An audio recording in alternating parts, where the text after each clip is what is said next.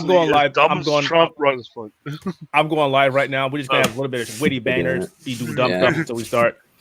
But by the way, flea shop purchase. What the hell are those? What's that? You never saw the McDonald's changeables?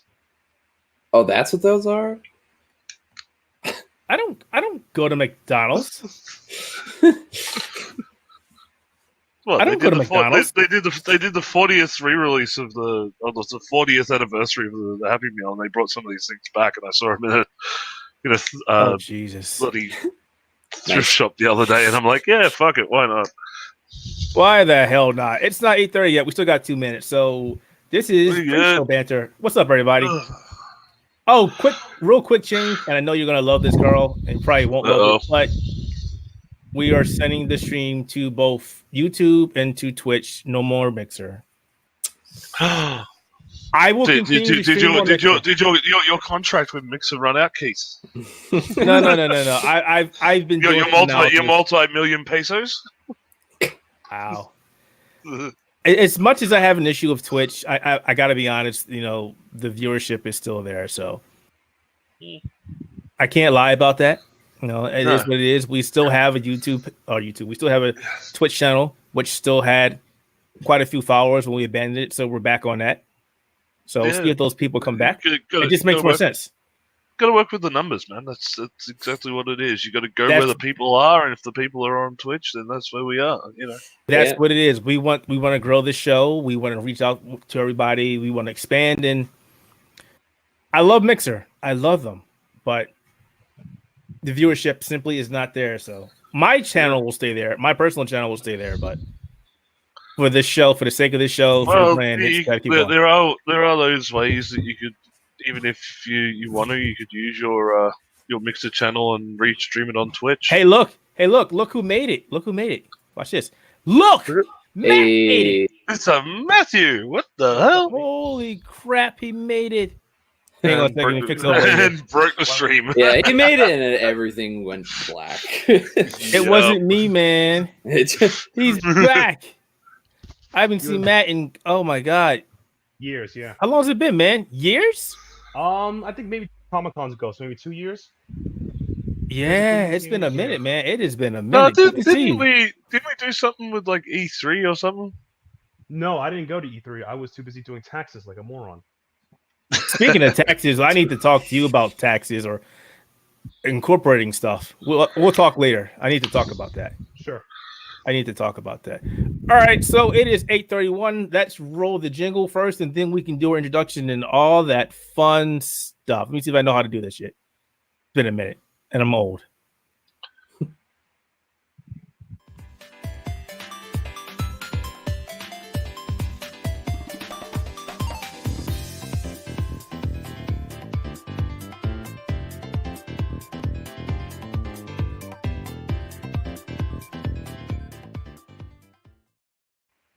Hey, I remember how to do that. So, ladies and gentlemen, boys and girls, welcome back to the Spectator Mode Podcast. This is our first podcast of the year 2020. Not the first of the new decade, because it is not the beginning of the decade, no matter what everybody's saying. That's 2020. I will disagree, sir. You are in Australia. You do not count. Hey, I was one of the first to enter into the new year, the new decade, and everything else. You should follow me like you always do. Oh God, here we go. So, as always, I am Keith Mitchell. The funny guy in the corner is Carl Smart. El Rabo is at the bottom corner, and we have a longtime member of the Outerhaven who's been on and off again. Good friend of mine. I haven't seen in a while. Matthew, get serious. I can't say his name. What's up, man? Got silly. It's Matt. Anyway, it's nice to see you guys. I'm on 4 other podcasts. Yeah, but I'm not on this one. I'm not on those podcasts. I mean, you don't listen to my anime rantings at A1. No, I do actually. Sarah. What about the 450 Splash? I'm literally crapping on WWE on a weekly basis. Wrestling is fake. Nice. Wrestling's fake. I don't watch that. No, you're fake news. So your movies and TV shows, Keith, so shut up. Oof. Exactly. Yeah, I know. Very enjoyable. I haven't watched wrestling. You know what? Me and my wife were talking about that not too long ago. We were like, you know what? We used to love wrestling. And she was talking about the old wrestlers. I'm like, yes, that's when it was good. Not anymore. Not anymore. The problem is that the WWE has because they were monopoly ruined creativity for so long that any other person that try to come up with something new ends up like not getting a click or just like out. Unless you watch New Japan Pro Wrestling, which is god tier. Yeah, that is actually good. I will say that is good stuff. Yeah, we better hurry up. Wrestle Kingdom Night 2 starts in 1.5 hours, so I want to start watching. No. We're on this. We're on this, guys. We got to worry about this. So, with a new year comes reflection of an old year, of a year past. So, we want to talk about 3 different categories. And I'm not sure if you want to pitch it or not, Matt, but the topic we're going to talk about is going to be the end. And you're going to go first on that one. That said, out of the 3 categories, the first one is, what are your top 3 favorite games of 2019? Ooh, Rob, you get to go first. Yes, top 3. None of this top 5, none of this top 10. Top 3. Make it hard. Yeah. All right. Cool. Yeah. So I narrowed it down for the most part. 3 games for me would be Sekiro, Shadows Die Twice, Control, and I would say Apex. More on that later because I'll hop into each one. But I did not expect that. Really. Yeah, it's weird. So I'll hop into I guess I'll hop into Sekiro first because that was probably the game that I put the most of the time into, that I enjoyed the most. As somebody who doesn't really like Dark Souls that much, like have hopped into each one, but never really finished them, never really put too much time into them. I always liked the idea of them, but for some reason they were always just a little too clunky. I liked that you could create whatever kind of character you want, but I was never able to kind of like put the time into it. Then Bloodborne came out and I was a little more interested in that just because I liked the idea of like a Victorian, like steampunk vibe that it had, like very like horror-ish, and it was super interesting, but I never ended up finishing that either because it still felt like Dark Souls to me. So when I picked up Sekiro and I played it for the first time, I had so much fun with it just because at first, and I mean, this isn't technically true, but it felt like a fighting game, a lot of the time at first. So It did. Yeah. Because there was like so much complexity in the way you could play the game and like as like a shinobi, like samurai ninja type person. Like it's just like it appealed to me how I like to play a fighting game in the first place. So when I started playing Sekiro, I was like, wow, this is like Dark Souls, but it's like I can like play aggressive and like smart in the way that I want to. And it doesn't feel like I'm held back by like the mud on my shoes, like holding me to the ground and everything is like, I just, I feel like I'm stuck, but I started playing through Sekiro. Not to cut you off. So you're telling me you enjoy Sekiro, which a lot of Dark Souls to me don't like it because it's harder Dark Souls. Like it's more defensive, insane parry mechanics. Yeah, I love it. It's true. I like it more. You like it. I love it. I don't know. But you weren't willing to play the other Dark Souls, Bloodborne, which is the easiest of Dark Souls. You can beat that by taking a nap. Or the original Dark Souls. Okay, so software has hit this rare niche of by making my game harder, we'll play it more. Wait. You said the easiest out of the Dark Souls, Soulsborne. That's Dark Souls 2. Dark Souls 2 was designed to be busted. You could just break that game once you know what you're doing. But it's the easiest. See? Yeah, but it's the most busted. It's like Marvel 2. Marvel 2 is the best Marvel quotation mark, but it's the most broken of all Marvels. So it's like that's why you can't use that analogy because Marvel 2 is so busted. That's why it's the favorite. Yeah. Come on. That's why I like Melee. I love Melee, like Super Smash Bros. Melee, because it's so destroyed and broken. But people took advantage of that and made it one of the most like fun fighting games I've ever played. Fighting game that I've ever played. No, you can say it's a fighting game now. Good, because I believe it is. But anyway, it's not. But it won the award, so we can. There's that too. Yeah. That award doesn't count. No. Well, no, Jeff Keighley is the authority on all fighting games, so it makes sense. So you can't just say that's incorrect. I'm kidding.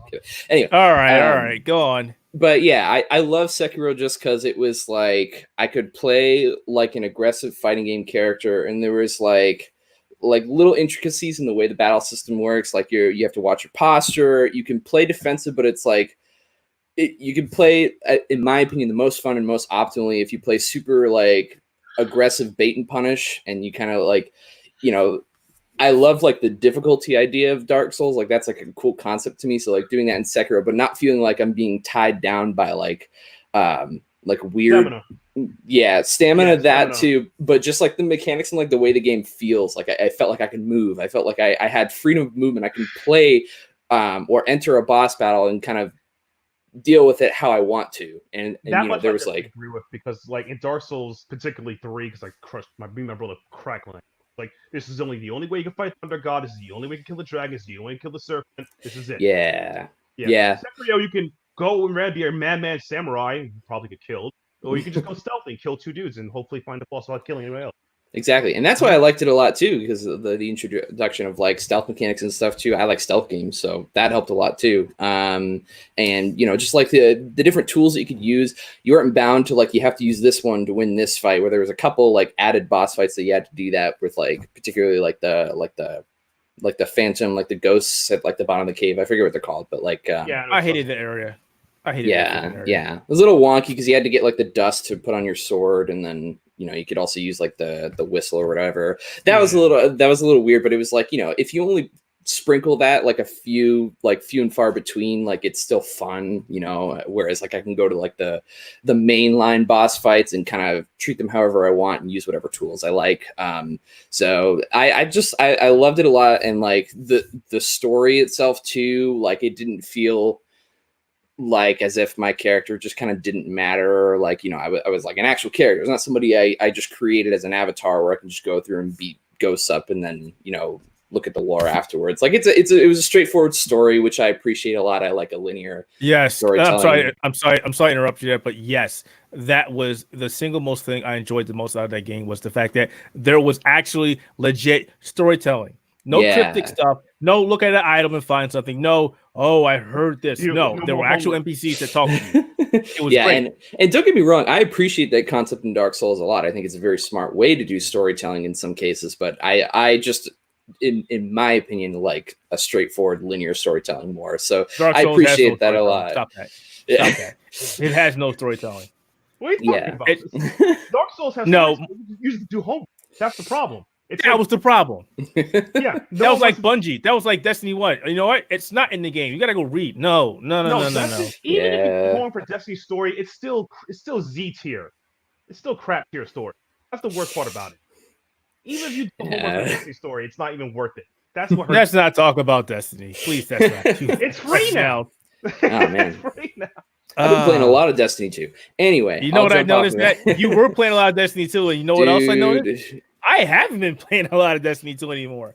Dude, I won't lie. Like, you mentioned that you had stopped after the new season came out, the season of Dawning or whatever. And so I was like, you know, yeah, I probably will too. Because I've been playing Halo Reach like for like a crap ton. So I was like, all right, I need a break. So I went to Destiny and I was like, oh yeah, this is what I liked about this game. And then I played it like all last weekend, and I played it a lot today. And oh God, I'm addicted. Just don't play PvP Destiny. It's even again, I can't. I love Crucible though. I love Crucible. Crucible's so much fun. See, we're getting off track here. Rob, finish up. I'll hop back in. Like, so, shut up. I want my turn.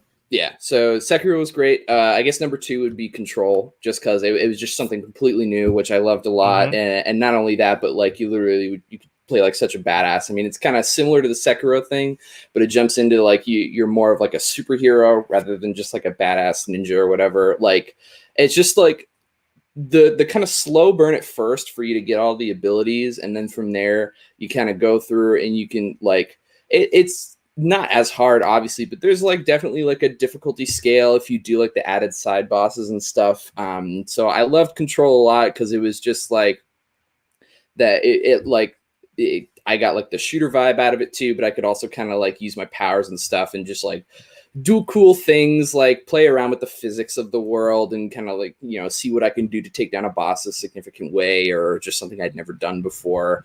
That, and also I love like the environments and stuff going off of like the world building and everything. Like it's just like there's lore that you can read about, there's lore that you can watch, there's lore that you can like just experience from just walking around. Like I just everything about the game, like the atmosphere is just exactly what it needs to be, and it's just like such a cool story and world that we've never seen in a video game before. And so I I just got engrossed in it when I first started playing it. I was just like, this is so cool. I've never seen this before. I enjoyed it a lot. I just kept going through, and I couldn't stop for a while, and it was great, and I loved it a lot. I don't know.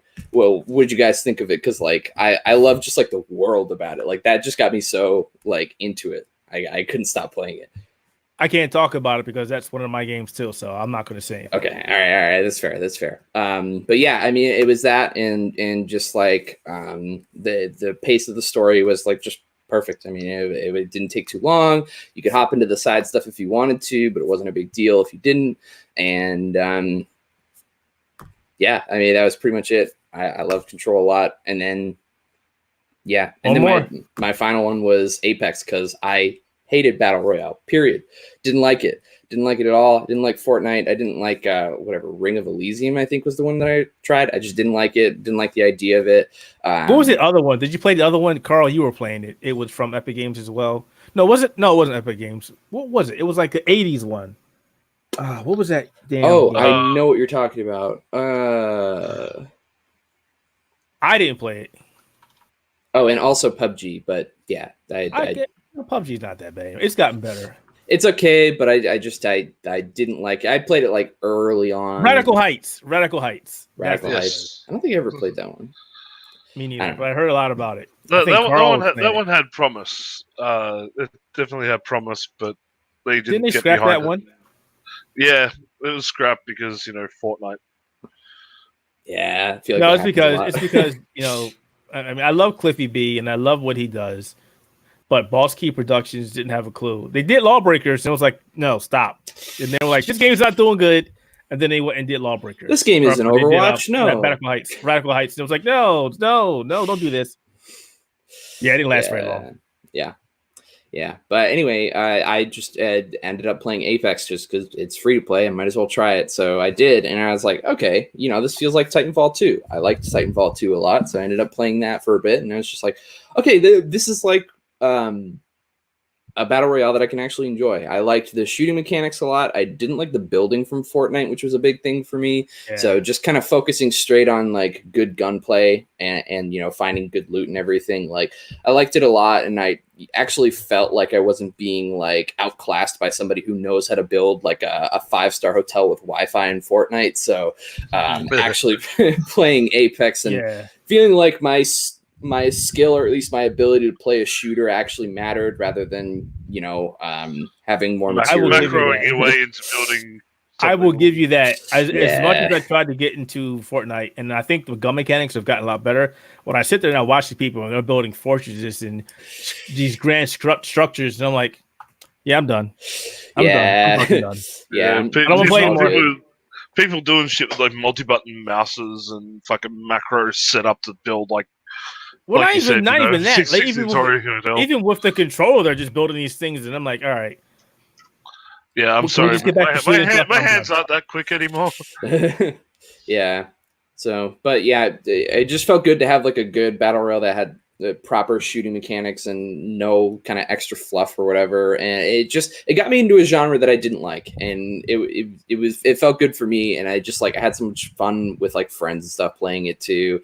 And like I've hopped in and out every few times, but like I just had a good time with it, and it was great. And I finally was able to enjoy a battle royale when I really thought I wouldn't, and I just thought I would just ignore the trend or the genre entirely. So, yeah. All right, Carl, go for it. You're up. Top 3. Top 3. Third place would be Control, mainly because I didn't get enough time with it when I did get it. Oh, you didn't beat it? Oh, I didn't get all the way through it. No, I played it for quite a while. I enjoyed what I played, which is good gunplay, good storytelling, the physics and all that type of stuff. Again, I'm one of those guys that give me something like Portal or something where you can mess with physics, and I'll be sitting there for days, usually just fucking with shit. But yeah, I unfortunately came at a time where I think there was just like a lot of stuff that had just come out that I needed to play, and it just sort of got pushed to the wayside, and I haven't had a chance to come back to it. My number 2 would be Star Wars Jedi Order, because lightsabers. Yes. I agree with you there. It's actually the first decent actual fucking Star Wars games in a long time. Yeah, And, definitely. Yeah, like after seeing Battlefront absolutely dragging us through the microtransaction swamp to get something that is like, we're not going to put any microtransactions in. We're just going to let you play the game. I'm like, okay, where's the catch? Yeah, Respawn knocked it out of the park with that. I agree. But yeah, like absolutely well done. It's another game that I haven't quite finished. That's the one thing that I found in 2019 was I never got a chance to really finish anything. The year of playing a phenomenal games, but not have enough time to finish them. Exactly. all too Exactly. Yeah. It's one of our categories. But my number one game of the year, and this is going to be a surprise to absolutely fucking nobody, is the Resident Evil 2 remake. Because that thing was just, it looks brilliant, plays brilliant. They altered enough of the story that for a long-time fan like myself, I was actually enjoying it. Again, like I actually popped it on this weekend, and I was trying to finish it in a weekend. But you could finish that game easily, yeah. But yeah. Oh yeah, I could have finished it in a day if I didn't start at like 2:00 in the afternoon. But like at the moment, I'm on my second playthrough with Chris. So I did Claire's run through first, and then I'm now doing. Whose playthrough do you like better, Chris or Claire? I found it doesn't really make much difference until you hit the second scenario. Like the first scenario for both of them is very much. So which one's your favorite? It's the same. Or do you not have one? No, I think Claire's is a bit better, only because of like the differences that you have there. Like, okay, you start out in the police station and all that stuff, and Mr. X goes down with 2 rockets to the face. But like the thing that makes Claire stand out is the stealth section with Sherry having to escape Chief Irons, and you have to actually be really stealthy, and it really puts the fear of being a scared child in a trap situation, trying to hide from an adult who's trying to do you harm. It sort of plays on the mental abuse that a child can go through. And I found that to actually be something very daring to put into a game, and then to make it a mechanic where you have to like sneak away from this adult that's trying to like do you harm and stuff. I think it really made it stand out. But yeah, it definitely was one of the standouts in that game. But yeah, it's definitely the game that I have played. I got to play the most in 2019. And it's the one that I'm now playing again in 2020, and I'm sure I'm going to play it probably a half dozen more times before Resident Evil 3 comes out in April. So, are you doing any Forced Survivor runs? Not yet. I'm making sure I go through the main game first, and then I'm going to go through and do the Forced Survivor. When I do, I will make sure to put some recordings up, and let's see if I can beat your, what was it, 8 minutes 45? Nope, I did 8:22. Right. 8:22. Okay, so I got to get it under 8 minutes. All right. I'm trying to get it. That's the challenge. We will make this a thing. The goal is to try and get under 7 minutes. I'm trying, and I keep messing up. I want to get it under 7. You could make it harder and go do it with Tofu. I beat Tofu already. I'm not doing it again. No, I'm done. No, fuck that. Yep, Matt, you're here. You want to participate in this one, sir? Top 3, 2019. You're on mute, buddy. Yeah, I got no sound. You muted yourself. There you go. Hey. Yeah, there we go. Yeah, accident. Yeah.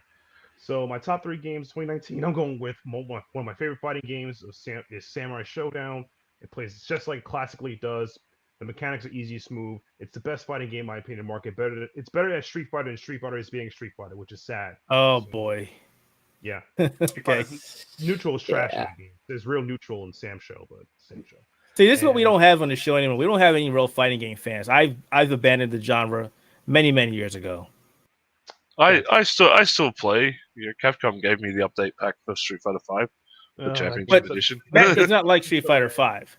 That's such a Kusoge. Yeah, all right, number 2. Number 2 is, you guys may have not heard of it, played it. Supergiant put a game in early access on the coast called Hades. I love it like crack. Oh, please. I am like Supergiant's whore. I love them. The only game I don't like about Supergiant is Pyre. Pyre is not one of my games I like, and I didn't like Twister as much due to it was a little clunky on its turn-based mechanics. But you love Bastion. Bastion is it's okay. Bastion got me into them, but I think their best game is Hades right now. And I played Hades, top 5-star game. Recommend everybody get. Oh, it is. Hades is awesome. Hades is a phenomenal game. Yeah, I'm still it's early access, and I'm like, this is not complete. This is not a complete game. Jesus, it's just good. Supergiant Games puts out their garbage, their junk is better than some top AAA studio stuff. Exactly. Yeah, it's not even. They're great. Yeah, and I think my final game would I'm actually torn between because I didn't finish playing it yet. We'll probably go to the other category, which is like Judgment, which I haven't had a chance to fully play because I'm a Yakuza nerd, and I'll probably go with. Well, I just got recently Cthulhu Saves the World by Where's Zampierre, and those guys always make great. Cosmic Star and Heroine. I played all their games. It's just good. I'm an indie guy, so yeah, good times. I could, you know what? I'm gonna be polite and not give it to Where's Zampierre. I'm gonna give it to. I'm gonna give it to Virgo versus the Zodiac. It's a very nice rendition of. I think I've heard of that. Super Mario RPG type level games where you have to do so many mini games to fight the game. It's great. It's great. That's a good. I've heard of that game. I've heard of that. It's a good game. The sad part is I wanted to give Indivisible a recommendation, but Indivisible is not really that good. It's overpriced. I heard that. Yeah, I heard the game's not very. It's not. I mean, I kickstarted it. I got it, and I feel cheated because here's a point in the game. It's an RPG where leveling up doesn't matter. You just get extra life. You don't get extra moves. Don't get new abilities. I mean, you get mechanics, but you don't really. Oh, I don't get like an extra up X attack or something. It's just like 0 stars. That's a shame because it was hyped so much. It is. It looks beautiful. It's like how to put this. Remember back in the day, you guys used to play like PlayStation 1 games, and we didn't know better because it looked cool, but the gameplay was not that great. It's like doing that. That's what Mike Z did. He made a PlayStation 1 game and makes it look beautiful. You play, it's like, it's not as good as it looks. It has talented production. The art's fantastic. But when you play the game, you said PlayStation 1 games that we only played it because we didn't know any better. And immediately, I thought about Battle Arena Toshinden. Yeah, that game looks great. You play it. Music's good. That was one of my favorite games back then. Now I look at it, I'm like, ooh, why'd I like this game? That was not a very good game. Yeah. So those are my top 3. I guess 2 of them. All right. And I'm going to steal from both Mace and from Rob's list because, yeah, they're up there. Number 1 is going to be Control. Control was pretty much everything that Rob said. The design was awesome. The story was decent. The characters were likable, especially the movie segments. Those were great. I thought the main character was relatable. It was like, I'm not a hero too. You know what? I'm this total badass. You can't stop me. Loved it. Also, Carl, you haven't gotten to it, which I feel bad for you. But the ashtray level, the level closes and opens on you while this badass metal track is playing in the background. It's like so cool. Best game ever. Best game ever. You have if you go on YouTube and look it up. It is an amazing level. One of the best ones I played in a long time.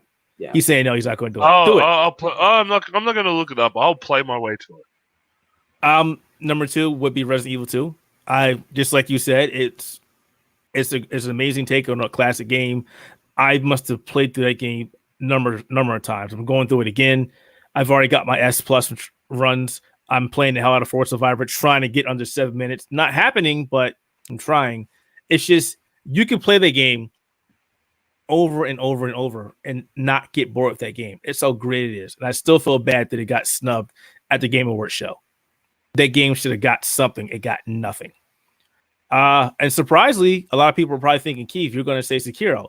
I enjoyed Sekiro. I really did. But it is not one of my top games.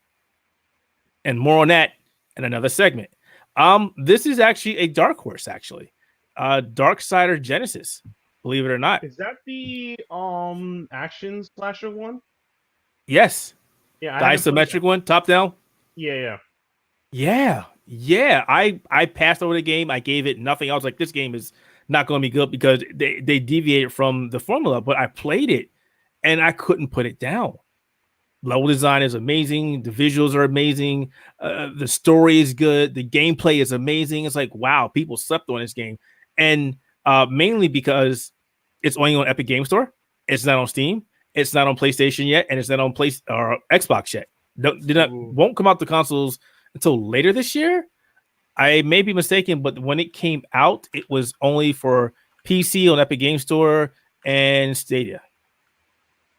When does it come out on console? That's a huge mistake. Yeah, huge mistake, because like there was a huge deficit in action RPGs that for console particularly. In the PC realm, there's too many. I think we're flooded right now. Yeah, we are. We definitely are. So it's like I would have probably given this a try, maybe on Steam, maybe on PlayStation. Darksiders. Yeah. Oh wait, I see it on Steam. It doesn't come out until February 14th for PlayStation and Xbox. Oh jeez. It's called which is hurting. Genesis. Yeah, which is hurting the appeal of the game. It's available on Steam right now. Is it on Steam now? Okay, yeah, good. Because before it was only on Epic Game Store. Yeah.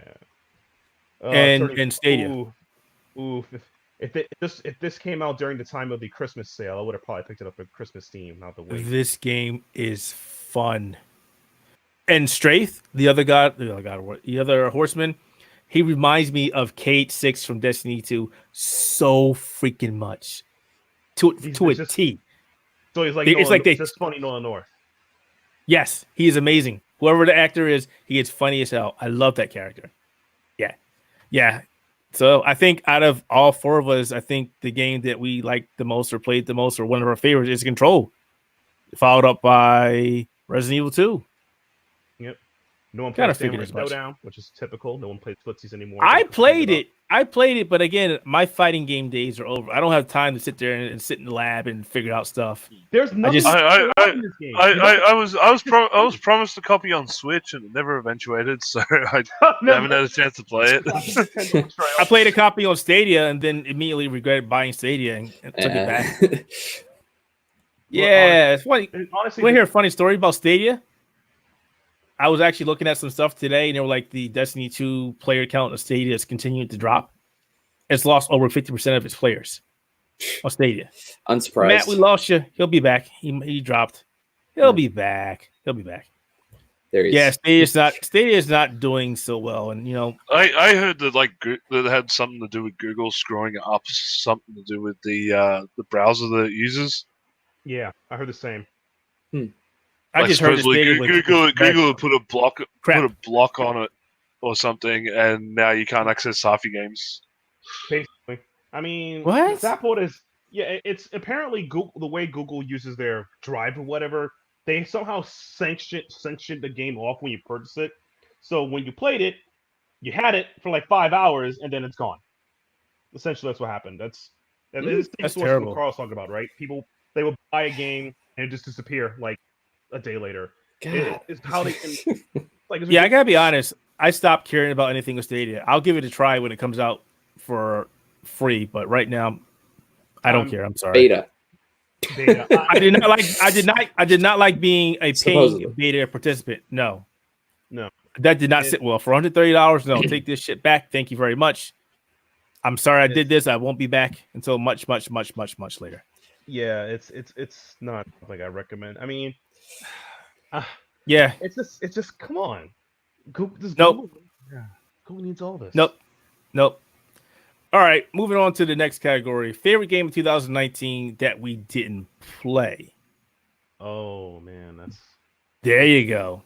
I know we're all in that position where there's that one game is like, you know what, I'm going to play this. It's a great game, and never got around to playing it. I'll take a first stab because it's the first thing about. Go ahead. I didn't play Devil May Cry 5. I'm an action hunter. Wow. Why not? Work. I didn't have much money at the time. I was dedicating to other things. So I was like, nope, just didn't do it. I'm going to get it soon, but I regret it because it's Devil May Cry 5. I mean, come on. Capcom is great at not fighting games, which is fantastic. The way they use. Have you got an Xbox? No, only got a Sony. I don't get Microsoft doesn't get my money except for this computer right here. It's only Game Pass, man. Game Pass. Yeah. Game Pass, one of the best things that ever came out for that damn thing. When it comes out, when a store drops it down, or Amazon.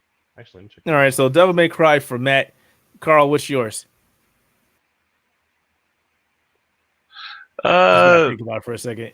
No, because I was originally gonna go with Devil May Cry 5. Yeah, a lot of That was again. It was another game that came out in this big bundle of times. Like there was a whole heap of stuff coming up, and it's like, yeah, I'll play it. I got it. Capcom sent it to me, and I'm like, yep, I'll play this. And I dropped it like 2 days later because I had something else come up, and I never got back to it. That doesn't count. You played it. You played it though. You still played it. You haven't played. Okay. I got it. As I reach over. I'm gonna pull it from the skull. Grab it off the Are shelf. you just looking at the shelf, right? Like, all Hey. right, that one.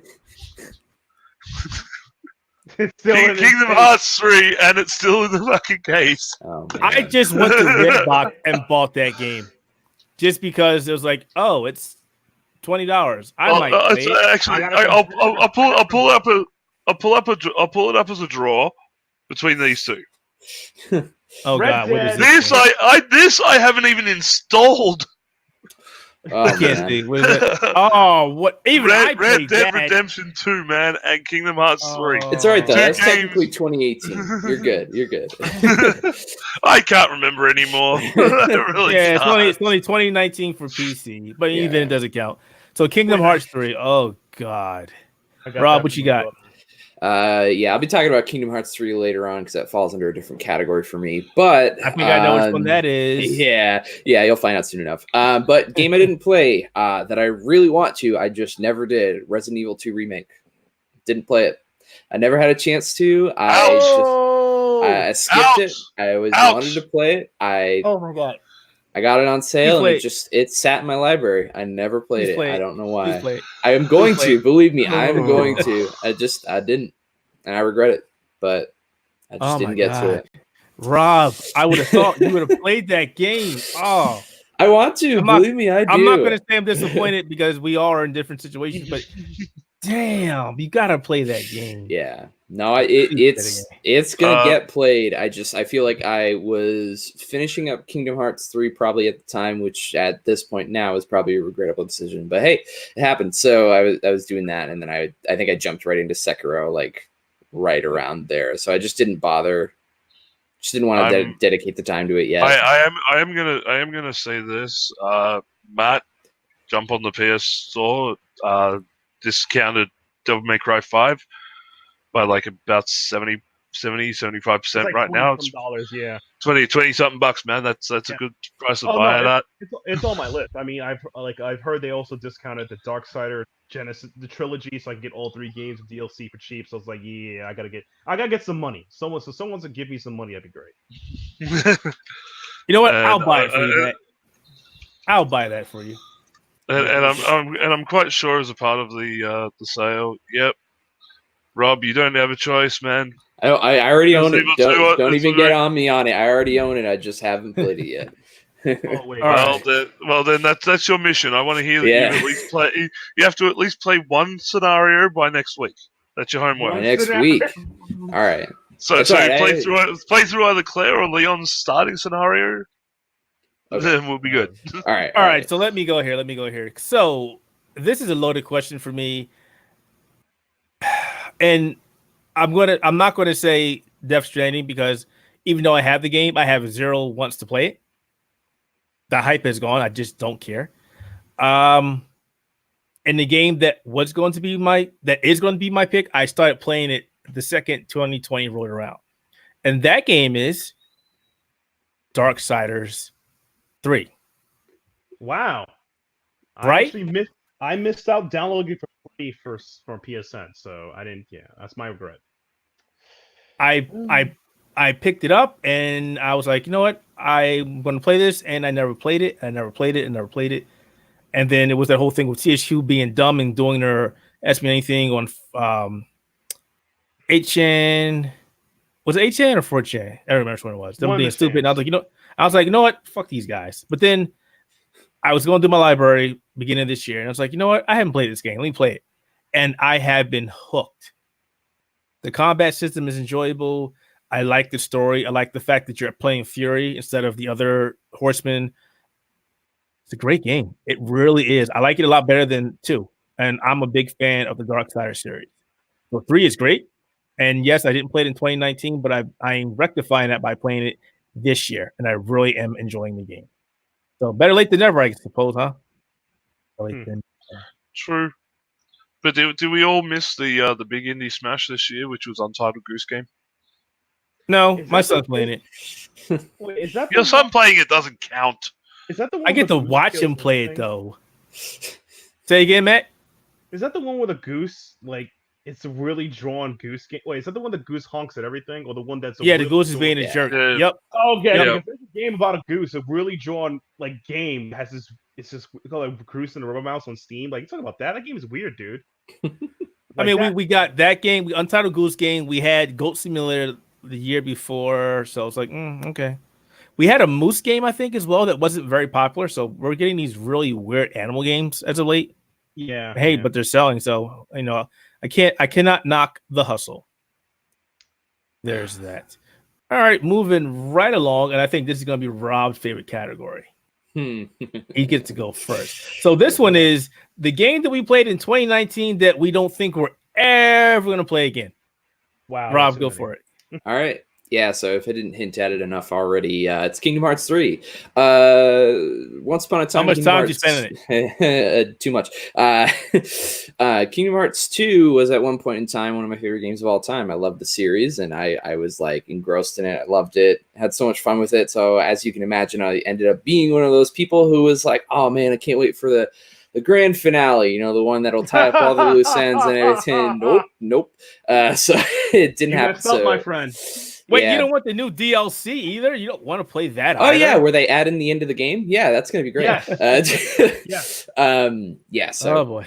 it's Kingdom Hearts 3 for me. I put in a lot of time, and I was like waiting for the big finale, and to some extent there was some resolution, but not really. Let's put you got Square Wow. Enix. You got Yeah, Square Enix. I most certainly did, and I Yeah, did you definitely get, the whole exciting finale that I wanted to, and pretty much all my questions were not answered. So I was just like, all right, well, they didn't put any effort into this, so I'm I mean, good. what did you expect? You waited over 10 plus years for this game. I grew up with Hearts. When 3 came out, my body was dead. I couldn't care anymore. But watching all these young kids, Kingdom Hearts 3 is the best game of all time. Y'all got lucky. Y'all just got repackaged crap. Keep playing. I could not get into that game. I never could Oh, get yeah. into Kingdom Hearts. Never. Oh, it also didn't help that it played like crap too. It was worse yeah, than 2. Yeah, I They just did glued not all enjoy the it. mechanics from the off games into it, and then called it a game. Yeah, That's a classic Square Enix. Tetsuya Nomura, there's a reason why you got fired from Atlas. I'm just saying. ouch. But There's a yeah, reason why. But oh god, no, Kingdom Hearts 3 All right. is disappointing me so hard that thank God it's $15 if you go out and buy it now. yeah. Is that yours, Matt? Is that yours? Kingdom Hearts 3? Is that yours as well? Or you got... That game is no. There's a game actually worse than that. What's you guys that? may not notice. I love Yakuza, but I do love Shenmue. Shenmue is my jam. Shenmue 3, I would never play it again. So we're not. We don't talk about that game around here. We don't talk about that game around. Oh, here. you guys also, yeah. I felt real hurt on the inside. Put that way. Like, I waited. Well, I'm probably hurt differently because of one reason than your reason. I'm hurt for story reasons as well as gameplay reasons because No. it felt like he was in a time machine. The game feels like a time machine. Like you didn't evolve to Yakuza, which is better Shenmue. Well, that's also true. No, my issue is I got Epic Games stored. Oh, Here's my money. God. It's coming to Steam. Yeah, here you go. Nope, fuck you. It's only coming to Epic. Wait, what? Give me my money back. No, we're not doing refunds. Give me my money back. No, we're not doing refunds. The entire internet goes, give us our money back. How would you like your money back? Ooh. How do you think? Oh man. And to add insult to injury, I got a review code. Like, don't review this game. I was like, you can take this code back. I am not playing this goddamn game. Nope. I don't want it. Take it back. Nope. That Yeah. hurts. I feel bad. I empathize because I've experienced the exact same thing. So, ouch. That was like, no, thanks, guys. You Nope. I'm good. So, Matt, you didn't like Shenmue 3 because it did not age, and I agree with you with that one. It did not age very well. It kind of hurts because, with all this data and technology out there, and you still have somewhat a working relationship with Sega, you would think you would actually have some new breathtaking ideas. No, It was a time machine. It was like playing an HD version of 2001. Nostalgia is a strong It was drug. Duke Nukem Forever. Yeah. No, because it Honestly, Duke Nukem was terrible for no. No, hear me out. And I've said this so many times about something like Shenmue 3, that is literally something that is stuck in the past. It's made with the old mechanics, trying to capture that retro nostalgic thing. If it had come out, like I literally put it in my random Game Awards thing. How did I call it? This would win an actual award 10 years ago award. Because it's a game that is if it had come out back when Shenmue 1 and 2 were still big and on the Dreamcast, man, you'd be hitting 10s across the board. Oh yeah. Same with Duke Nukem. If that thing had come out back in the 90s, then that game would have actually had some sort of impact, and people would have been calling it a good game. I don't know about that. It's the honest truth. Yeah, it was that bad by today's standards. That's the thing.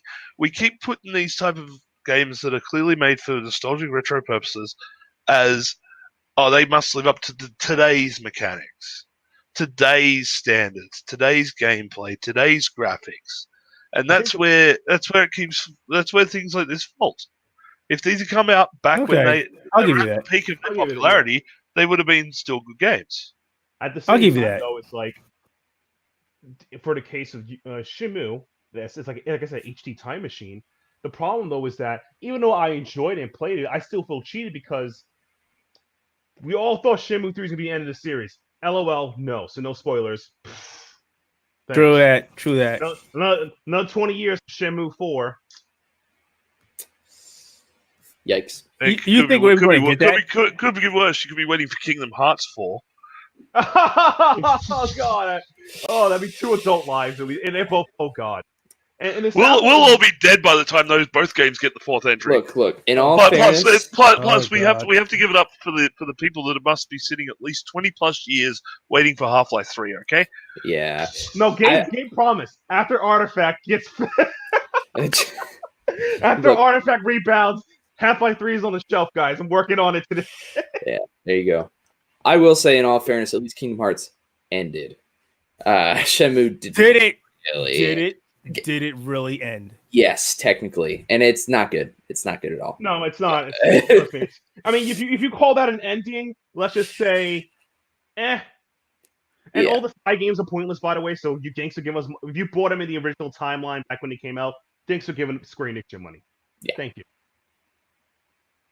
Yeah, Square. All right, Carl, go for it. What you got? I've actually got. So this is games that Disappointed Pie probably won't touch again. I have 2. I have one for single player, one for multiplayer. My single player, Far Cry New Dawn. Fair enough. After the spectacular Far Cry 5, like that game was absolutely brilliant. Love the mechanics. Absolutely love the story. I've actually finished it about 5 times on multiple difficulty levels, usually using a silent sniper rifle or a bow and arrow.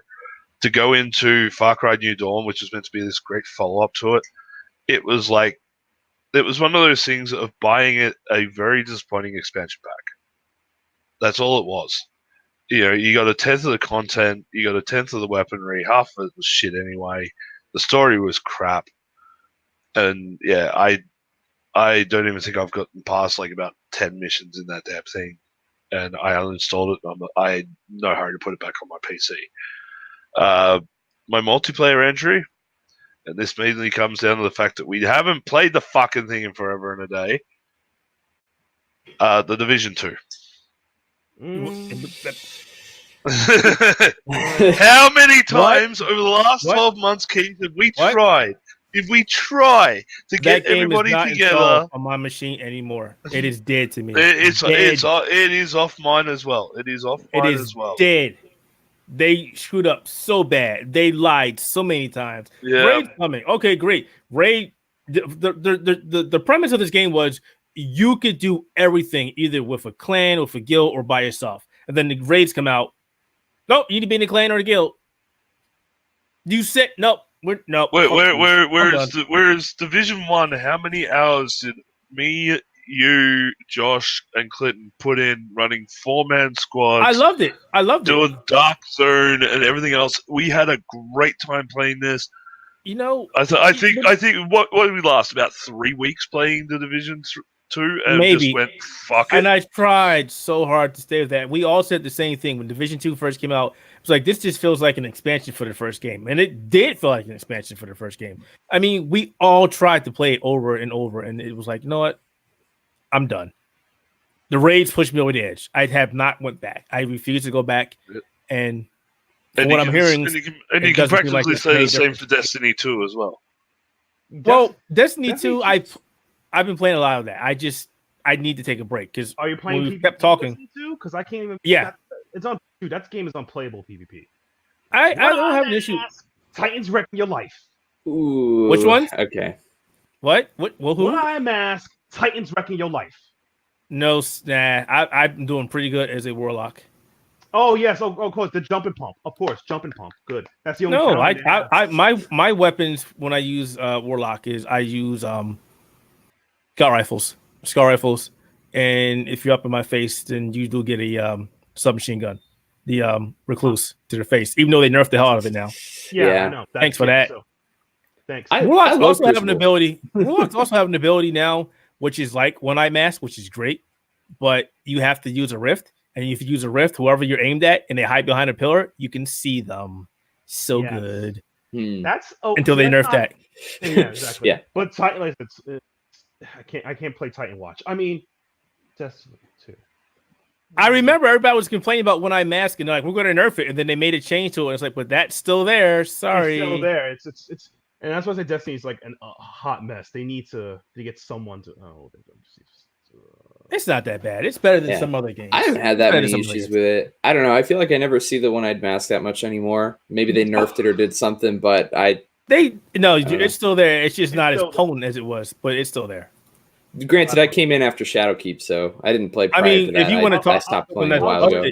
Instead of being a one, it used to be a 1 and 2. Now it's a 1 and 4. So every other time you'll just get wrecked. Like, oh, okay. I mean, it's still not OP like Hunter Spectral Blades. Yeah, those are definitely an issue. I'm gonna do this I'll for agree with 10 you there. minutes straight. Like, wow, okay, no. I feel like Spectral Blades is the only thing Hunter has going for them. Hunter is a dumpster class. It has nothing else but it. It's just like I said, it's just Warlock and Titan. Hunter's like, I got these little fancy I got my sister's plastic knives and get wrecked by everything else. So it's like, I mean, let them have it. It's the only thing they got going on for them. You want some fries with that salt there, Matthew? Oh, not yet. they still have that dodge. They still have the roll. Their hunters are still they're in a better place. They're still good. But before we turn this into a Destiny 2 bitch fest, which is going to, my game that I played that I will likely never play again is going to surprise some of you people because who I am, and that game is Sekiro. Yeah, if you beat it once, why bother? You beat it once, why bother? There's no online. It's a straightforward game, which is great, but there's nothing else you can do in the game, which is. Nope. I would love to say that again. I fired it up again a couple weeks ago, and I was like, I got the best ending. There is nothing for me to do now. Literally nothing left for me to do. So, which is interesting by software because they've been known to add additional content to games. They just made that it. So I think. Remember when they. So this one came out not too long ago, but it was mentioned that once they finished Sekiro, they started. Well, back it up. They were already working on Elden Ring. Yes. And Sekiro's not out, so now they're focusing all their efforts on Elden Ring, which makes sense. So Sekiro was basically one hit wonder, but again, there's no online. The reason why Dark Souls 1 and Dark Souls 2 and Dark Souls 3 are still played to this day is because the online communities are there. The PvP communities are there. People love watching people do that. People love coming up with different builds and screwing people over. There is none of that in Sekiro. None. And that's hurting the game. Once you beat it, you can't go back. I think that helps the game because it gives you a completed experience. We are too much in this day and age to make, Carl can agree with this. You just beat a game and you enjoy it and that's it. That's fine. That's perfectly fine. There's too many games that forces you to have extended gameplay for no reason. Like, I'm a huge Borderlands guy. I'm only just waiting for the next DLC. There's nothing for me to do in the game because the game isn't complete. That's just it. beating Sekiro is something to go Yeah, back. at least you got back yours to it. working. Yeah. At least you got yours working. I still can't get Borderlands 3 running on my fucking PC, so I've had to go and buy. I had to buy it on PS4 now. So yeah, that's what I did. I just PS4 did. I learned there are certain games that you don't PC, and everything made by Gearbox you don't PC. I've seen that too many times. So yeah, just beat it once. And You should have known that you shouldn't have touched Borderlands 3. Well, yeah, don't touch Borderlands 3. You should have known that. You should have known that. But yeah. Feels bad. Can't fault you. Can't fault you. Yeah. To the game's credit or detriment, whatever you want to say. I own a copy of Borderlands 3 for the PC as well, but only because it was given to me when I bought a new processor, an AMD Ryzen processor. So and I have not to install the game. I redeemed the code because I was like, I'm not going to let the code go to waste, but I have not played the game and I likely won't. No. Yeah, I'm running an NVIDIA card, and yeah, that thing just seems to not want to play nice with the game. No, the game is just shit. Everybody's saying it doesn't run right at all. It's just not a good game. It's like I said, just get it for consoles. Gearbox has a horrible reputation. Remember pre-sequel on Borderlands 2 when it came on Steam? Wriggle bugs. Repeat itself. Yeah, it's Gearbox. I'm unfortunately sorry. Yeah, basically. That's just what I tell myself. All right, Matt. So a couple of days ago, we were on Twitch and or Twitter, excuse me, and we were listening to some people, talking to some people about the PlayStation 5 and Xbox One, because the kiddies are out there, the fanboys are out there. PlayStation 5 is going to demolish the Xbox Series X. Xbox Series X is going to demolish everything out there. And there was one thread that I had replied back to. It was basically an analyst said that the PlayStation 5 is going to outsell the Xbox One, Xbox Series X. I keep saying Xbox One, Xbox Series X. I'm just gonna say Xbox from now on. Yeah, say the new Xbox.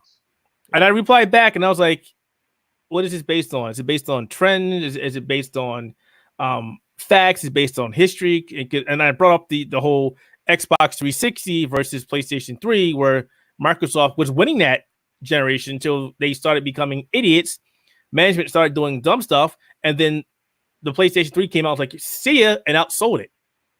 Basically, towards the last couple years of the end of the thing, and everybody was like, "No, Sony was doing better before that," and it's like, no, they weren't. They were losing. The Xbox 360 was the bro console. You had the Call of Duty, you had the Gear Wars. It was a sports system. It was a sport console. It was a shooter console, and everybody wanted it. The only place it didn't do well, and it continues to flounder, is Japan, for one reason or another that we won't go into detail here today. But the other thing that to me is, as someone who owned an Xbox 360 and switched to PS3, then got to PS4, was that they had a great indie market, but they never really organized it well, and it was poor. True. And those indie developers got paid. They didn't get paid well. They got treated worse than McDonald's employees. So it was a pretty, like, for someone like you can say, I know I'm an indie guy. It was terrible. It was hard to find products.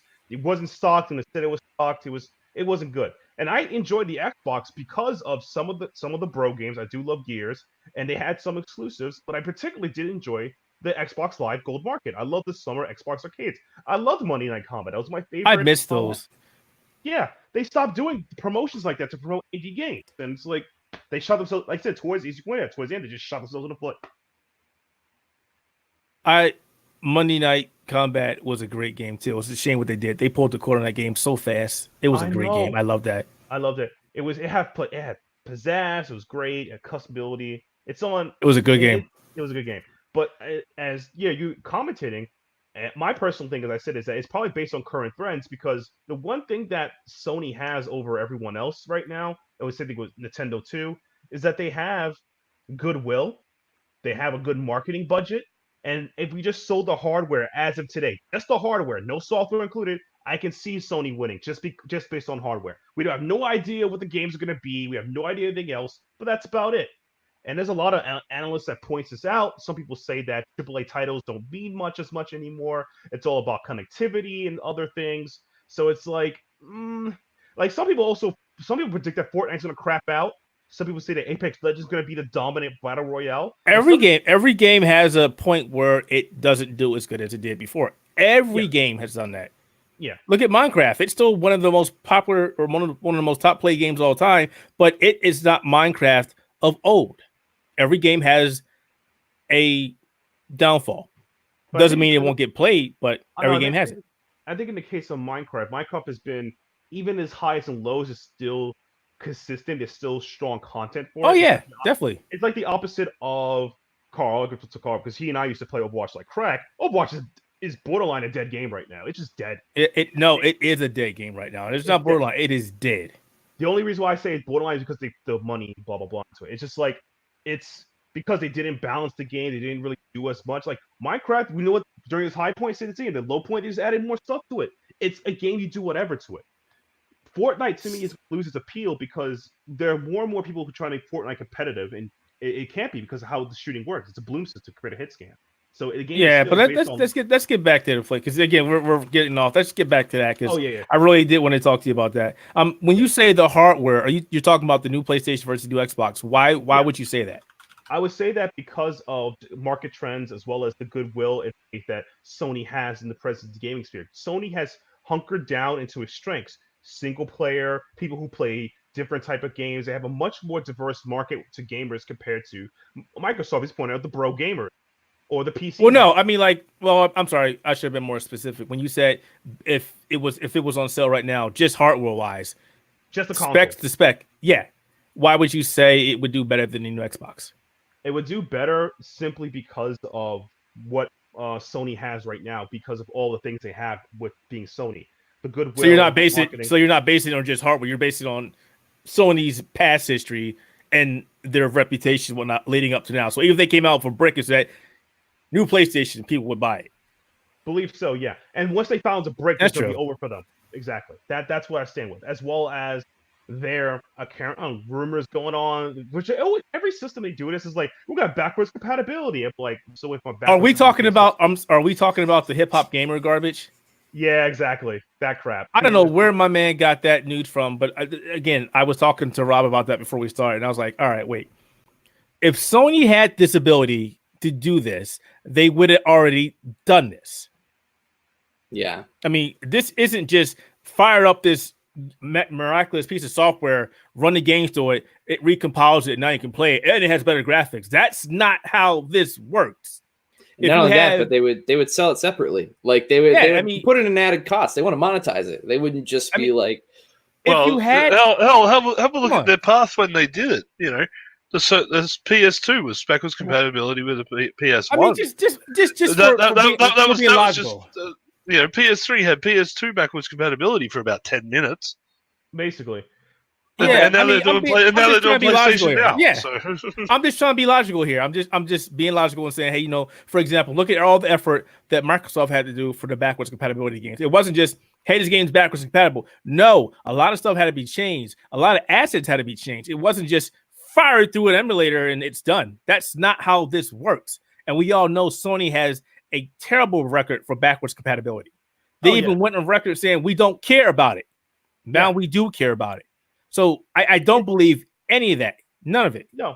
And that's the Well, but it's the idea of it gets people excited, even though it's not true. That's the thing. That's the thing it was going to lead to. It's like, oh yeah, oh god, so he's going to give me my childhood back. I'm like, god dang it, people. Plus, also remember the fact that a lot of people will buy into any type of bullshit for retro nostalgia, like Matt was saying. Yeah.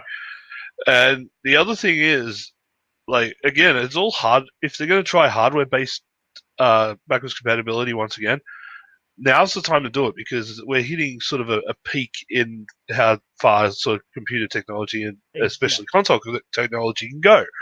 But at the same time, I think Sony's been sitting there looking at the numbers that the Xbox Game Pass has been doing and said, well, we need to do that. Because we know Sony loves ripping off fucking Microsoft ideas. I'm beyond saying that anymore because that's what drives the market. Somebody does something, somebody copies it and does it better. In Sony's case, they didn't do it better. They just, you know what? PlayStation Now is not doing good. What can we do? Make it so we can download these games. But people have been asking for that for years. Yeah, but Microsoft is doing it. It's doing well. Okay, let's do it now. Yeah, don't do it better. Do it later. Yeah, basically. yeah. They could have been did that, and they would have been fine. Basically. And, fucking crossplay, anyone? Yeah. But going back into this, I don't buy into the trends because, well, most of the trend data is, at least what I'm looking at, looks good. Like for example, a lot of people in the business community, like myself, believe that this year for consoles, particularly when it comes out, some people predict Switch is going to be the best-selling hardware console. I'm like, yes and no, maybe, but we do predict that there'll be a huge decrease in purchasing consoles across the board next year. Does that really hold any weight? I mean, we're talking two completely different. I'm sure I'm going to use the wrong word here, but I'll say this: Nintendo isn't really competing against Sony and Microsoft. There are like two subsets here: Nintendo and then Sony and Microsoft. It's not like, hey, this is a three-way race. No, this is Nintendo doing Nintendo stuff, not caring what anybody does, and then you got Sony and Microsoft going for each other's throats. I mean, the Switch is going to sell. It's cheaper. The problem though is that Nintendo has always been, even though thank God I'm not on like the podcast, they're probably killing me. Has always been the third-party people. They've always been like somewhere near or at last place at some point. But the problem is now they're in the lead. They're competitive. They do their own thing. It's like trying to think of the best way to describe it. It's like comics. It's like instead of Marvel's DC killing each other, but they got Dark Image being the best. You got IDW. Yeah, you got tons of other ones out there. So if one of those Dark Horse publishers, and consider Nintendo one of them in some aspects, become number one, people are going to focus on what the hell they're doing, make them number one. Even though they don't care about anybody else. They will probably sell the best this year. This 2020 is going to be their best year. But console purchasing will be on an all-time low due to the fact of the increase of subscription gamer electronic subscription cost. That's killing the industry, in my opinion. That's just me. Because it's like it's becoming more of a chore to purchase things insane, like Season Pass for this. Like, for example, there's a phone game known as Clash Royale. So it's a decent mobile card game. If you don't buy the Season Pass, just $5 a month, you lose out on getting rewards that potentially have a chance of winning the game and unlocking things you need. And because it becomes the only way to play the game, it's a subscription pass, you're in trouble, which there is no other alternative but that. So just the subscription gaming model for many games, from mobile to games to PC, etc., is going to hurt the industry. Is hurting the industry. Could be not to death, but hurting the industry a lot more than the lack of hardware people are going to purchase the upcoming year, though this year. I think it's definitely possible. I mean, it kind of falls into the same argument with why people don't go to the movies anymore, because they'd rather just use their Disney Plus or Netflix or whatever. I mean, it's similar, because we're kind of getting into this area now where there's so many people subscribe to Game Pass now, and they're like, oh, it's such a good deal. I'm paying way less to get all these games that I wanted to play throughout the year, whereas in comparison, I'd pay hundreds of dollars. I'm only doing $15 a month or whatever, and then now I get to access whatever I need. I mean, it can certainly fall into this area, and I think at this point, any argument to say that it's gonna kind of destroy the industry or take it down, or it's just gonna like make console sales way less, it's hard to tell. I mean, it can be driven by some facts right now, but it's hard to tell. And I mean, I think in that regard, I think if you were to look at that, and this argument kind of falls into conjecture anyway, just because there's not even enough facts about the consoles to even really say who's the outright winner in any regard. But I feel like in a lot of ways, just because of that and what we've seen with the film industry just in general, like Microsoft is technically setting themselves up for success in that regard. I mean, it's hard to tell if it's really going to shake up the industry to the point where it will affect console sales and stuff. But I mean, like, they're ahead of the curve. I mean, nobody wants to really use PS Now. I mean, at least as far as I can tell, it's not as good of a deal as Game Pass. You're paying more for less. I mean, you're not getting like the ability to even play these games on PC if you have one of those too, which I mean is kind of like a niche aspect of it, but still, it's an important thing to consider. And so a lot of the time, it's it's just tough. Like, you wouldn't want to use PS Now if you know you're going to get a better deal somewhere else. If you think you're going to get a better deal with Hulu as opposed to Netflix, then you're going to opt for Hulu instead of Netflix. Like it's a similar deal. Yeah, but that's the problem right now, is that there's so many packages kind of across the board for many industries overlapping each other, where one's more useless or useful than the other. Like there's Disney Plus, Hulu Plus, and you can buy ESPN Plus with the Disney Pass. Like, what? Exactly. And the thing is, they think I heard about Sony's in analytical. Some people believe that Sony, to save PSN Now, which I don't think is a good idea, I don't think they're going to do it, they'll somehow find a way to bundle it with PlayStation Online, the PSN. Which, it sounds like a good idea. At the same time, no. It doesn't seem like a good idea, just because if you really wanted PS Now, you would be using it right now. I mean, there are two packages. Like, for example, Xbox. Xbox is doing a good example. You have Xbox Live, and then you have the Xbox Game Pass. If you want to play games online, you use Xbox Live. If you don't care about Xbox Live, you just get Game Pass. You don't need both. They don't overlap because you don't need one or the other. You don't need Xbox Game Pass to play online, and you don't need Live to play Game Pass. Sony would be wise to follow that, not just, if you want PlayStation Now, you have PS Live. It doesn't make any sense unless, like you said, they're trying to save PS Now, which in my mind, there is no saving that. It doesn't offer you anything. I think that's the problem. It's the problem. They try to package it together. The only thing I can see is that they offer some insane price discount point, which I don't think that could be. I don't think in my mind right now, and I'm trying to do some good math. It's like if I pay $30 to get 3 months for free for PSN, because PSN 3 months is $25 USD roughly, right? I believe so. Roughly. Yeah. I believe so. Yeah, roughly. So I pay $30 to get 3 months of free of also PlayStation Now. That means that PlayStation Now is roughly $5 to $6 for 3 months. You kind of see like the discrepancy of PowerPointing, and it's like mathematically I can't see them doing it. I personally think what they should do is just all the PlayStation Now games. You have PlayStation Plus, you can download them and have it. It's not going to hurt anybody, especially. But the other thing about PlayStation Now, which is really hurting it, is the game selection. I mean, right now, if I want to play PlayStation 4 games, there are very few, and they rotate out. Look at what Xbox Game Pass is doing. Most time, they rotate out, but they're in there for a couple months. PlayStation has already said, "Hey, these games are going to be here for like 2-3 months, and then they're gone." Exactly. And their first party games aren't even there. That is yes. They're coming there now. I think they're there now. Like we've got, I know Horizon Zero Dawn's in there. Yeah, and Horizon Zero Dawn's on there now. But they're few and far between. Microsoft, we've got Gears. Every first party game for Microsoft is on Game Pass and stays there. Yeah. Which makes sense in the long term. It makes a lot of sense for Microsoft because look at this. I want Gears of War 5. Gears of War 5 is still $60. Game Pass is charging me. If you get Ultimate, you pay a little more. But how much what is Game Pass? Like $9, $10 a month? I'm not sure. $10 a month. Yeah. So you're paying $10 a month just to play Gears of War 5. And then another game comes out and you keep your Game Pass. So after say that you want it for a year, they've made their money on Gears of War 5 and whatever else you're playing. They're getting perpetual money over and over and over. And if you decide not to cancel or you forget to cancel it, they're still getting that money over and over and over.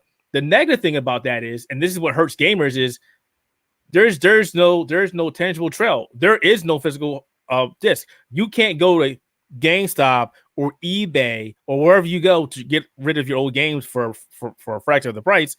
You get nothing back. That's the only downside that I see with that. Yeah, and that is my opinion of the subscription model, how it could hurt the industry because of how much frequent spending you have to do, which can hamper the decisions of people buying new games or new products. Because all jokes aside, the gaming I've done this year was really done the last 2-3 months. I have just purchased everything that I wanted this year that came on discount sale and just played them like crack. I was no way I can buy these games on live on the retail value, even though I feel like they should be worth it. Like I think Devil May Cry 5 is probably a $40 game at best for being cheaper, but it's definitely worth it. It's one of the best. It's the action game of the year. But because of all the subscription crap I have to keep up with, I can't burst money spent anymore. I mean, probably other people don't have the same situation, but that's my opinion of subscription across the board. It's going to hamper how we buy games in the future or credit the value of it. So yeah, no, I can understand that. Like this year alone, like I've let my Nintendo Online subscription. Even though that's like $30 for a year, I let that lapse because I wasn't getting value out of it. I barely used it. It was useless. Yeah. The only thing I'd probably use it for now would be like Pokemon. That's it. Yeah. And to be honest, that's not even worth $30 a year. But we said that in the beginning when that came out, it wasn't going to be a good service. And look at it. And now Nintendo doesn't even guarantee when their Super Nintendo games for Switch are even coming out, which is even less of a value. It's like, when are they coming out? Once every 5 months, you get 2 every year. To which I'm about To which I'm about to turn around and grab an old school Nintendo Wii and turn that into a retro gaming console. So Right. I've heard. yeah, but like I've heard the to keep PlayStation to keep Mini going, is like actually really good for that. the PlayStation subscription service. I picked that up when that's on sale. At the moment, it's like $60. At the moment, it's less than half price for a year. At the moment, so when my next pay goes in, I'll pick it up, and that's when I'll redo my subscription for a whole year. And out of that, I might play about 3 or 4 games out of the PlayStation Plus, free shit. Yeah. But the problem is I now feel indebted to that service. That I need to have that service, or else the games that I've grabbed previously, I no longer have access to. Right, which is a big pain in the ass. Yeah, or the games you will buy in the future, you need it for that. So it's like, and that's my view for subscription gaming. It's like it's good, but it has created this eerily uncool parasitic relationship with the consumer. Yeah, it really has. Like I've also got the Xbox Ultimate Game Pass with the live access as well. Wow. So I'm paying I'm paying $16 a month. I'm gonna let you guys finish out that segment. That's Australian dollars. 16 a month. That gets me my gold subscription, which gets me the 4 free games a month. Then there's the Game Pass for the Xbox One, which I use quite often, and then there's also the Game Pass for the PC, which I use every now and again. I have to really push to get that value myself, but again, it's that situation of I now feel I have to keep this content going. I have to keep paying this money, because if I don't, then I lose access to something I'm currently playing. Instead of whereas I used to, I'd troll the second-hand bins at like the local EB Games or GameStop, and if there's something there on the cheap, I'll pick it up. But that's like how I'm getting now. Is I literally have to wait for something to get down to maybe $10, $20 in a second-hand bin 4 or 5 years after it came out, in order to get something that I once got on the Game Pass. So it's like it's harder to accumulate that collection of games that you play, but you now feel that you are locked. It's almost like you're locked into a contract without being on a contract. Yeah, it's like, and it's a terrible way for the game industry to go, and it's the same way that all industries are going now. As you said, you got your Disney Plus, you got your Hulu Plus, ESPN Plus, fucking Netflix, Amazon, Apple. I'm sure there's like a Sony Zune or something version out there somewhere. There's so many streaming services, whereas once upon a time we used to have this thing called a cable box. And you just pay for the cable. Cable box. And you paid for cable. And once upon a time, everything you got came on cable. Yeah. Don't take my TiVo. Which it's very weird. It's like we have too much of the same. Too much. And the thing is, they keep now that everything's being locked off into little chunks and everything else, and everybody's coming up with their own price point. $10 here, $15 here, $20 there. Yeah. All of a sudden, you realize that what you were paying, that you once got on like cable or just a straightforward, like just buying your games outright and buying the expansions. Yeah. You're now spending those little chunks of money, and it all adds up to a lot more than what you were paying before. All right, I'm gonna stop you on that one. We're going way overboard here now, and we're running out of time. We're at what? Almost at 80 minutes. 1 hour, 18 minutes. Wrap it up. We're going to get out of here for the first episode of the year. Go ahead, finish up. Let you finish that comment. Everybody buy Slay the Spire. That's also a good game this year. You've been playing that a lot. Yes, I do. I have like over 200 hours in that game. Please play it. No, that was bad. Jesus. Carl, what you got?